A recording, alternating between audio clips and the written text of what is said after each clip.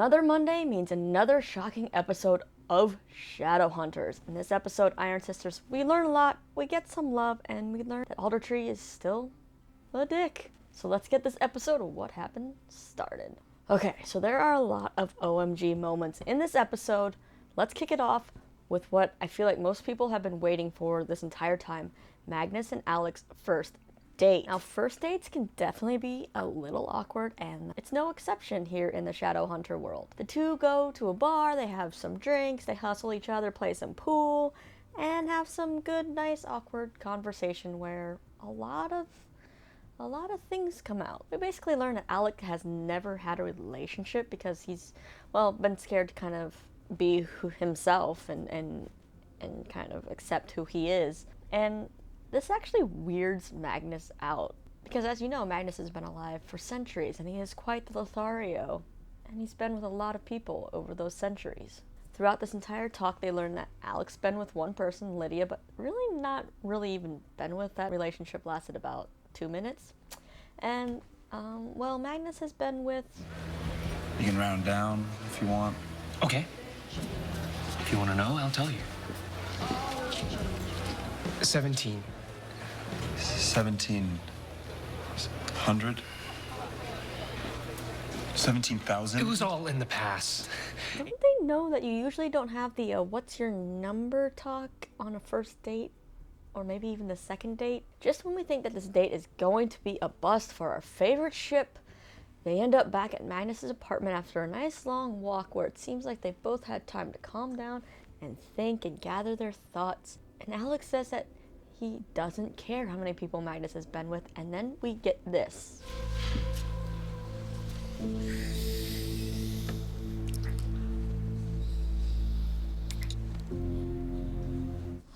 Makes my heart melt right there. And both agree that they want to put effort into this relationship, but then in walks Jace, the ultimate cockblock. Damn it, Jace! Next up, we have Maia and Simon, who do a lot of bonding in this episode, and dare I say, maybe some sparks fly? Of course, not really for Simon because he's oblivious and still hung up on Clary, but I think I saw a twinkle in Maia's eye there. Even though, at first, she was like, who is this kid that keeps rambling?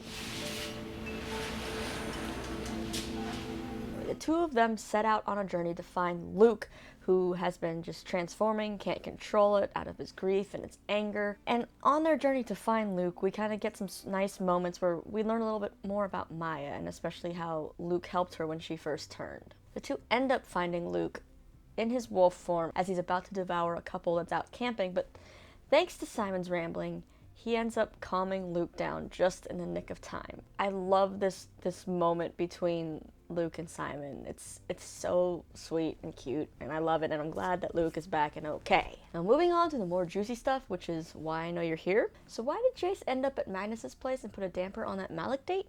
Well, in this episode we learn that Aldertree is like Big Brother and has eyes and ears everywhere. He asks Jace why he and Clary were studying the Grey Book of Runes, and of course Jace doesn't spill Clary's secret, even though we know that they were looking for the rune that she drew in the last episode. Later on, when they meet again, Aldertree basically demotes Jace down to scrub duty, where he's washing people's swords. Like the lowest of the low, which is such an insult to someone who's probably one of the best warriors they have at that institute. Aldertree is trying to make Jace leave because he can't actually tell him or banish him or make him leave.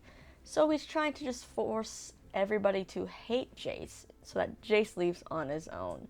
And he threatens Jace and says that he'll show everyone in the Institute what happened when Jace was asked about his allegiance with the Silent Brothers, which is not going to end up that well for Jace, who's already getting dirty looks for everybody. Flash forward, and Jace shows up at Magnus's. Sorry for killing the mood.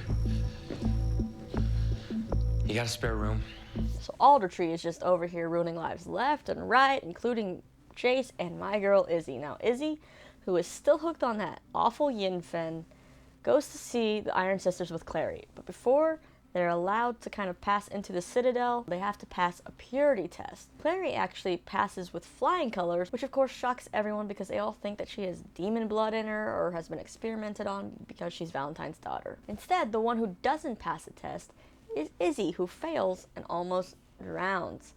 Now, Sister Cleophus, who we've learned in this episode is actually Luke's sister, reveals that Yin-Fen is not a healing cream, but is made of vampire venom, which is now all throughout Izzy's veins. So Aldertree has just basically been feeding her poison and getting her hooked on these drugs like an awful little drug dealer, mean man. Damn it, Aldertree. He ruined Izzy's dreams. Like she wanted to go to see the Iron Sisters for so long, and now Aldertree just ruined that entire thing for her. My next OMG moment comes thanks to Sister Cleophus, who reveals what the Soul Sword can really do. Now, the Soul Sword's primary purpose is to compel the truth, but it has a secondary purpose. If demons end up overtaking the world because the Shadowhunters have failed their duty, the sword can be activated with a heavenly light that will destroy demon-blooded creatures, aka Downworlders. Means things wouldn't be looking so good for Luke and Simon and Maia. Now, in order to be activated, the sword needs angelic energy, which means it has to be handled by an angelic being and be struck by lightning. Only then is it basically capable of mass murder, and it's unfortunately impossible to turn the sword off. That definitely doesn't sound good, and we have a feeling that that beam of light that Clary shot out of her hand in the last episode is probably a little bit angelic. We'll definitely see how that plays out. Another one of my OMG moments goes back to Izzy and Aldertree. Before sending Izzy out on her mission, Aldertree tells her that she basically has to spy on Clary if she wants Clary to go with her. So report back on Clary's every move. While Clary is talking to Sister Cleophus, Izzy activates her rune that allows her to eavesdrop on Clary as Clary is telling Cleophus about that rune that she had the vision for, and that it's not in the book, and shot this light out, and all of this, and she's trying to get answers about it. When they return, Aldertree offers Izzy more Yin-Fen, although now he doesn't know that she actually knows the truth about what it is, but he only offers to give it to her if she is sure she's told him everything about what happened with Clary and the Iron Sisters. Thankfully, Izzy does not break that girl code. If there's anything you neglected to tell me, anything about Clary Fairchild, I need to know. I've told you everything I know. Take that, Aldertree. Yeah, sisters before misters or drugs, or you get the point.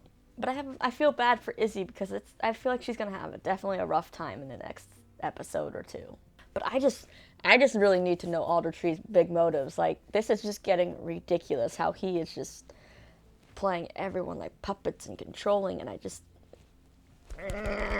My last OMG moment comes at the end of the episode, of course, when we see Sister Cleophus with her bags packed trying to leave the Citadel. When her fellow sister stops her, things don't go so well. Please, stay.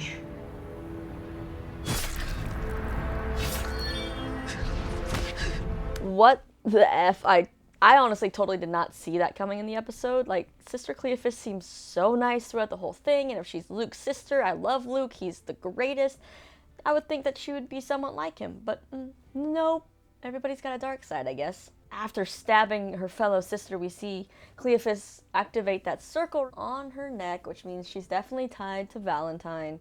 And my guess is she's just running off to tell Valentine what she's learned about Clary, how they can possibly activate that sword, and things are not going to be good. I'm feeling a brother-sister showdown when Luke shows up to save the day. Oh, all these brother and sister drama relationships. Phew! Always so much drama in each of these episodes, and I love it. It keeps me on my toes, keeps my heart beating, and I just want Jace to catch a break. I want someone to punch Aldertree and put him in his place, and I want Simon to get over Clary and find some love. And who knows, it might happen in this next episode, because if you watch this promo, while we also have some very dramatic stuff with Valentine coming up, it looks like loving is on everyone's brain. Why don't you just start by telling me what you do when you approach a girl? I'm Lewis. Simon Lewis. Hey. Yeah, I'm hanging out with Maia. Oh my god, are you talking about having sex? You're not the only one that feels vulnerable. Uh-oh. Things are definitely heating up.